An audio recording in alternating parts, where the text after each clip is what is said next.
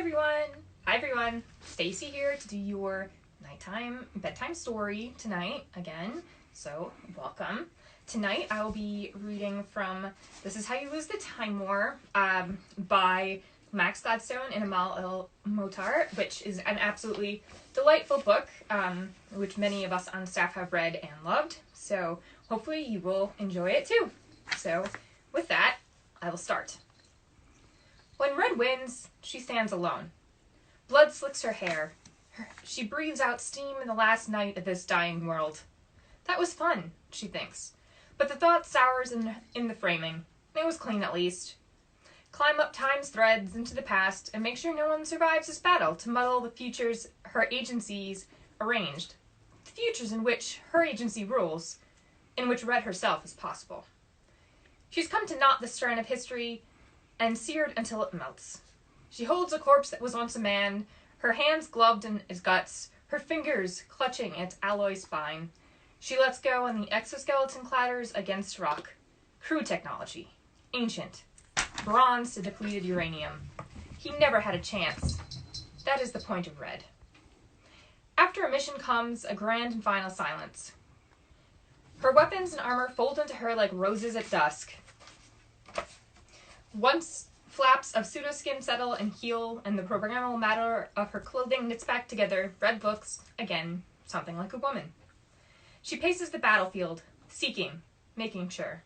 She has won, yes, she has won. She is certain she has won. Hasn't she? Both armies lie dead. Two great empires broke themselves here, each a reef to the other's hull. That is what she came to do. From their ashes, others will rise, more suited to her agency's ends. And yet, there was another on the field, no growling like the time-moored corpses mounted by her path, but a real player. Someone from the other side. Few of Red's fellow operatives would have sensed that opposing presence. Red knows only because Red is patient, solitary, careful. She studied for this engagement. She modeled it backward and forward in her mind. When ships were not where they were supposed to be, when escape pods that should have been fired were not, when certain fusillades came 30 seconds past their cue, she noticed. Twice as coincidence, 3 times as enemy action. But why? Red has done what she came to do, she thinks. But wars are dense with causes and effects, calculations and strange attractors, and all the more, so are wars in time. One spared life might be worth to the other side more than all the blood that stained Red's hands today. A fugitive becomes a queen or a scientist, or worse, a poet. Or her child does, or a smuggler she trades jackets with in some distant spaceport, and all this blood for nothing. Killing gets easier with practice, in mechanics and technique. Having killed never does, for Red. Her fellow agents do not feel the same, or they hide it better. It is not like Garden's players to meet Red on the same field at the same time. Shadows and sure things are more their style. But there is one who would. Red knows her. Though they have never met, each player has their signature. She recognizes patterns of audacity and risk. Red may be mistaken. She rarely is. Her enemy would relish such a magic trick, twisting to her own ends all Red's grand work of murder. But it's not enough to suspect. Red must find proof. So she wanders the charnel field of victory and seeks the seeds of her defeat. A tremor passes through the soil. Do not call it Earth. The planet dies. Crickets chirp. Crickets survive for now, among the crashed ships and broken bodies on this crumbling plain. Silver moss devours steel, and violet flowers choke the dead guns. If the planet lasted long enough, the vines that sprout from the corpses' mouths would grow berries. It won't, and neither will they. On a span of blasted ground she finds the letter. It does not belong. Here there should be bodies mounded between the wrecks of ships that once sailed the stars. Here there should be the death and dirt and blood of a successful op. There should be moons disintegrating overhead, ships aflame in orbit. There should not be a single cream-colored paper, clean save a single line in long trailing hand, burn before reading. Red likes to feel. It is a fetish. Now she feels fear. And eagerness. She was right. She searches shadows for her hunter, her prey. She hears infrasonic ultrasound. She thirsts for contact, for a new, more worthy battle. But she is alone with the corpses, and the splinters and the letter her enemy left. It is a trap, of course. Vines curl through eye sockets, twist past shattered portholes. Rust flakes fall like snow. Metal creaks, stressed and shatters. It is a trap. Poison would be crude, but she smells none. Perhaps a new virus in the message, to subvert her thoughts, to seed a trigger, or merely to taint Red with suspicion in her own commandant's eyes.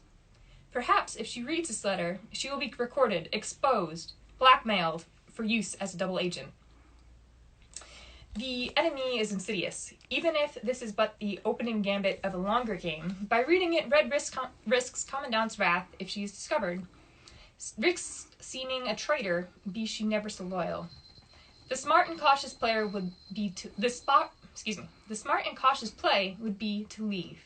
But the letter is a gauntlet thrown, and Red has to know. She finds a lighter in a dead soldier's pocket.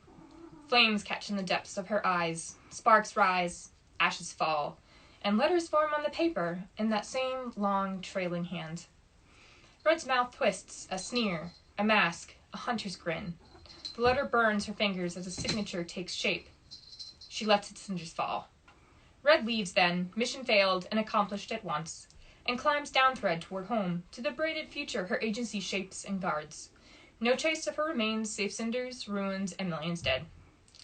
The planet waits for its ends. Vines live, yes, and crickets, though no one's left to see them but the skulls. Rain clouds threaten, lightning blooms, and the battlefield goes monochrome. Thunder rolls. There will be rain tonight to slick the grass that was ground if the planet lasts so long. The letter's cinders die. The shadow of a broken gunship twists. Empty, it fills. A seeker emerges from that shadow, bearing other shadows with her. Wordless, the seeker regards the aftermath. She does not weep, that anyone can see. She paces through the wrecks, over the bodies, professional. She works a winding spiral, ensuring the long-practiced arts that no one has followed her through the silent paths she walked to reach this place. The ground shakes and shatters. She reaches what was once a letter. Kneeling, she stirs the ashes. A spark flies up, and she catches it in her hand. She removes a thin white slab from a pouch at her side and slips it under the ashes. Spreads them thin against the white. Removes her gloves and slits her finger. Rainbow blood wells and falls and spatters into gray. She works her blood into the ash to make a dough, kneads that dough, rolls it flat. All around, decay proceeds. The battleships become mounds of moss. Great guns break. She applies jeweled lights and odd sounds. She wrinkles time. The world cracks through. The ash becomes a piece of paper with sapphire ink and a viney hand at the top. The letter was meant to be read once, then destroyed. In the moments before the world comes apart, she reads it again. Look on my works, ye mighty, and despair. A little joke. Trust that I have accounted for all variables of irony, though I suppose if you're unfamiliar with over-anthologized works of the early Stroud 6th, 19th century, the joke's on me. I hope you'd come. You're wondering what this is, but not, I think, wondering who this is. You know, just as I've known since our eyes met during that messy business on Abergast 882, that we have unfinished business. I shall confess to you here that I'd been growing complacent, bored even, with the war. Your agencies flash and dash, up thread and down, gardens patient planting and pruning of strands, burrowing into time's braid. Your unstoppable force to our immovable object. Less a game of go than a game of tic-tac-toe. Outcomes determined from the first move, endlessly iterated until the split where we fork off into unstable, chaotic possibility, the future we seek to secure at each other's expense. But then you turned up. My margins vanished. Every move I'd made by rote I had to bring myself to fully. You brought some depth to your side speed, some staying power, and I found myself working at capacity again. You invigorated your shift's war effort, and in doing so, invigorated me. Please find my gratitude all around you. I must tell you, it gives me great pleasure to think of you reading these words in licks and whirls of flame, your eyes unable to work backward, unable to keep the letters on a page. Instead, you must absorb them, admit them into your memory. In order to recall them, you must seek my presence in your thoughts, tangled among them like sunlight in water. In order to report my words to your superiors, you must admit yourself already infiltrated. Another casualty of this most unfortunate day. This is how we'll win. It is not entirely my intent to brag. I wish you to know that I respected your tactics. The elegance of your work makes this war seem like less of a waste. Speaking of which, the hydraulics in your spherical flanking gambit were truly superb. I hope you'll take comfort from the knowledge that they'll be thoroughly digested by our mulchers, such that our next victory against your side will have a little piece of you in it. Better luck next time, then. Fondly, Blue. A glass jar of water boils in an MRI machine. In defiance of proverbs, Blue watches it. When Blue wins, which is always, she moves on to the next thing. She savors her victories in retrospect, between missions, recalls them only while traveling, up thread into the stable past or down thread into the fraying future, as one recalls beloved lines of poetry. She combs or snarls the strands of time's braids with the finesse or brutality required of her, and leaves. She is not in the habit of sticking around, because she is not in the habit of failing. The MRI machine is in a 21st century hospital, remarkably empty, evacuated. Blue observes, but never conspicuous to begin with, nestled in the green heart of a forest bisected by borders. The hospital was meant to be full. Blue's job was a delicate matter of infection. One doctor in particular to intrigue with a new strain of bacteria, to lay the groundwork for twisting her world toward or away from biological warfare, depending on how the other side responded to Garden's move. But the opportunities vanish, the loophole closed, and the only thing there for Blue to find is a jar labeled "Read by Bubbling." So she lingers by the MRI machine, musing as she does on the agonies of symmetry, recording the water's randomness, the magnetic bones settled like reading glasses on the thermodynamic face of the universe, registering each bloom and burst of molecule before it transforms. Once it translates the last of the water's heat into numbers, she takes the printout in her right hand and fits the key of it into the lock of the letter-strewn sheet in her left. She reads, and her eyes widen. She reads, and the data gets harder to extract from the depth of her fists clenched. But she laughs, too, and the sound echoes down the hospital's empty halls. She is unaccustomed to being thwarted. Something about it tickles, even as she meditates on how to phase-shift failure into opportunity. Blue shreds the data sheet and the ciphertext, then picks up a crowbar. In her wake, a seeker enters the hospital room's wreck, finding the MRI machine, breaks into it. The jar of water is cool. She tips its tepid liquid down her throat. My most insidious Blue, how does one begin this sort of thing? It's been so long since I last started a new conversation. We're not as isolated as you are, not so locked in our own heads. We think in public. Our notions inform one another, correct, expand, reform, which is why we win. Even in training, the other cadets and I knew one another as one knows a childhood dream. I greeted comrades I thought I'd never met before, only to find we'd already crossed paths in some strange corner of the cloud before we knew who we were. So, I'm not skilled in taking up correspondence, but I have scanned enough books and indexed enough samples to essay the form. Most letters begin with a direct address to the reader. I've done that already, so next comes shared business. I'm sorry you couldn't meet the good doctor. She's important. More to the point, her sister's children will be, as she visits them this afternoon, and they discuss patterns in birdsong, which she will have done already by the time you decipher this note. My cunning methods for spiriting her from your clutches? Engine trouble. A good spring day, a suspiciously effective and cheap remote access software suite her hospital purchased 2 years ago, which allows the good doctor to work from home. Thus we braid strand 6 to strand 9, and our glorious crystal future shines so bright I gotta wear shades, as the prophets say. Remembering our last encounter, I thought it best to ensure you twist no other groundlings to your purpose, hence the bomb threat. Crude but effective.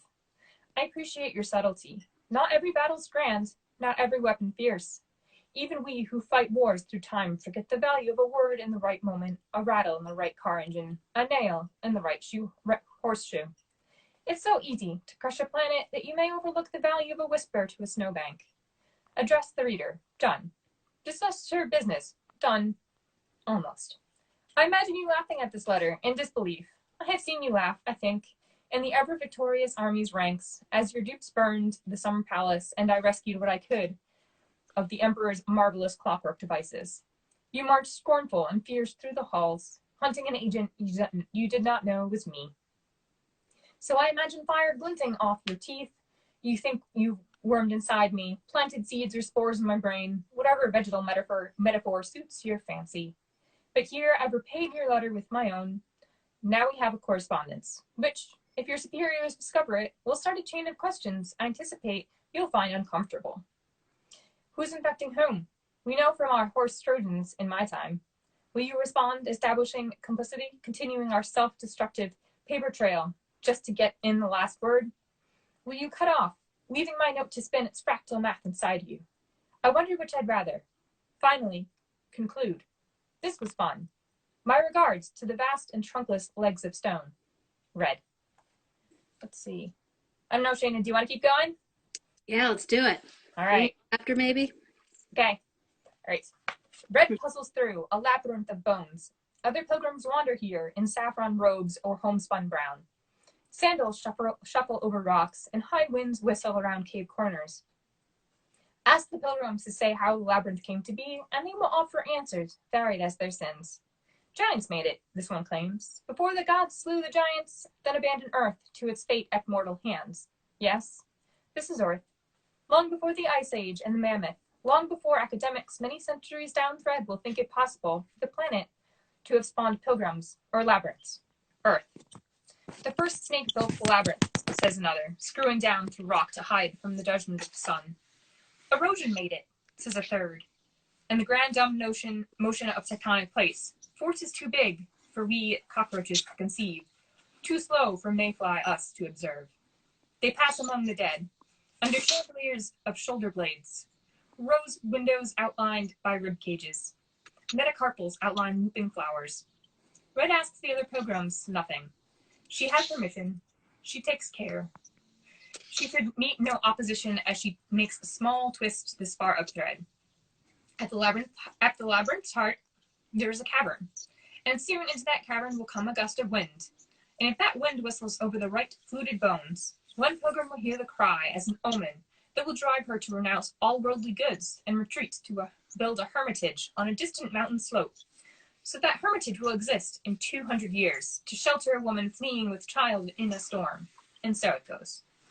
Start a stone rolling, so in 3 centuries you'll have an avalanche. Little flash to such an assignment, less challenge so long as she stays on script. Not even a taunt to disturb her path. Did her adversary, did Blue, ever read her letter? Red liked writing it. Winning tastes sweet. But sweeter still, to triumph and tease. To dare reprisal. Every op since, she's watched her back. Moved with double caution, waiting for payback or for the commandant to find her small breach of discipline and bring the scourge. Red has had her excuses ready. Since her disobedience, she's been a better agent, more meticulous, but no reply has come. Perhaps she was wrong. Perhaps her enemy does not care after all. The pilgrims follow guides down the path of wisdom. Red departs and wanders narrow, twisting passages in the dark. Darkness does not bother her. Her eyes do not work like normal eyes. She scents the air, and olfactory analytics flash into her brain, offering a trail.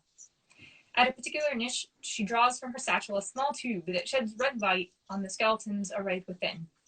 The first time she does this, she finds nothing.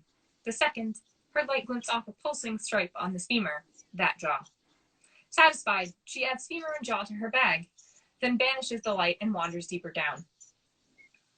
Imagine her in the utter night, invisible.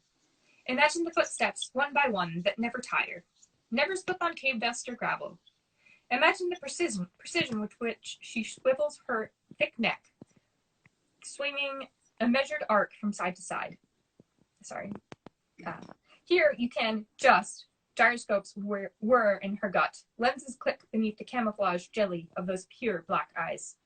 She moves as fast as possible within operating parameters. More red lights. More bones join the others in the sack. She does not need to check her watch. A timer ticks down in the corner of her vision. When she thinks she's found the bone she needs, she descends, far below the path of wisdom, The masters of this dark place ran out of corpses. The niches remain, waiting, perhaps, for Red. Even the niches stop eventually. Soon after that, guards set upon her, eyeless giants grown by the sharp-toothed mistresses of this place. The giants' nails are yellow, thick, and cracked, and their breath smells better than one might expect. Red breaks them quickly and quietly. She has no time for the less violent approach. When she can no longer hear their moans, she reaches the cavern.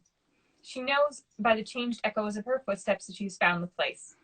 When she kneels and stretches forth her hand, she feels 10 centimeters of remaining ledge, then the abyss. Strong, cold wind cuts past her, the earth's own breath, or some giant monsters far below. It howls. The noise clatters off the bone mobiles the nuns make down here, to remind themselves of the impermanence of flesh. The bones sing in turn, hanging from marrow twine in the darkness. Red feels her way along the ledge until she finds one of the great anchored tree trunks from which the mobiles hang. She shimmies out onto the trunk until she reaches the bones of some ancient nun, hung by some other. The cat-down clock in her eye warns her how little time is left. She cuts the old bones free with her diamond-sharp nails and takes the replacements from her pack. Strings them one by one with marrow twine, connecting skull and fibula, jaw and sternum. I'm not sure how to say that bone. And xiphoid process. The timer ticks down. 7, 6. She ties the knots rapidly, by touch. Her limbs inform her that they ache where they clutch this ancient trunk above an unfathomable drop. 3, 2. She lets the bones fall into the pit. 0. A rush of wind splits the earth, a roar in darkness. Red clutches the petrified trunk closer than a lover. The wind peaks, screams, tosses bones about. A new note rises above the ossuary clatter, woken by the cavern's wind whistling over precise fluted pits in the bones Red has hung. The note grows, shifts and swells into a voice. Red listens, teeth bared, an expression that, if she saw in a mirror, she could not name. There's awe there, yes? And fury. What else? She scans the lightless cavern. She detects no heat signature, no movement, no radar ping, no EM emissions or cloud trail. Of course not. She feels gloriously exposed. Ready for the gunshot or the moment of truth. Too soon the wind dies and the voice with it. Red curses into the silence. Remembering the era, she invokes local fertility deities, frames inventive methods for their copulation. She exhausts her invective arsenal and growls, wordless, and spits into the abyss. After all that, as prophesied, she laughs, thwarted, bitter, but still there's humor in it. Before she leaves, Red saws free the bones she hung. The pilgrim Red meant to shape is gone already, and the hermitage will be unbuilt.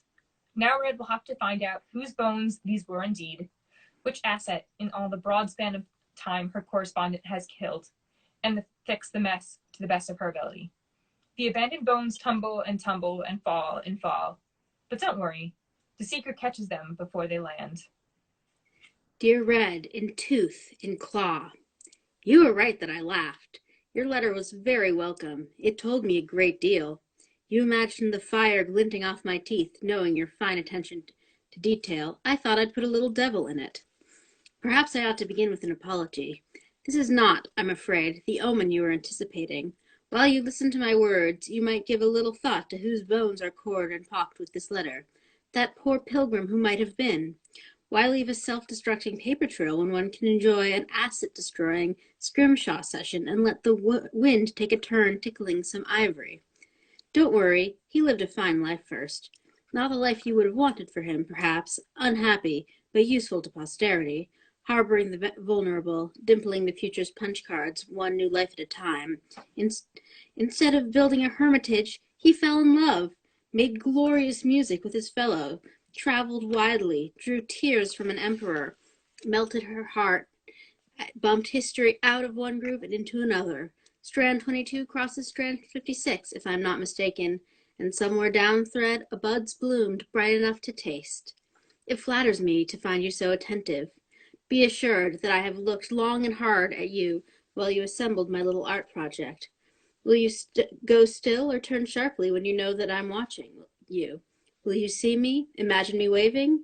In case you don't, I'll be too far off for you to see my mouth. Just kidding. I'll be long gone by the time the wind turns. Made you look, though, didn't I? I imagine you laughing, too. I look forward to your reply. Blue. Okay, well, I think that's it for our bedtime story. I hope you enjoyed the surprise of Shayna joining me to read This Is How You Lose the Time War. And if you're interested, you can go to our website and get this book. Shayna absolutely loves it, I believe. If you want to say Yes. a word. I both staff picked this last year when it came out, and it was my staff pick for the year, and in fact then became the store's staff pick for the year. So I believe it is still 20% off for the rest of 2020.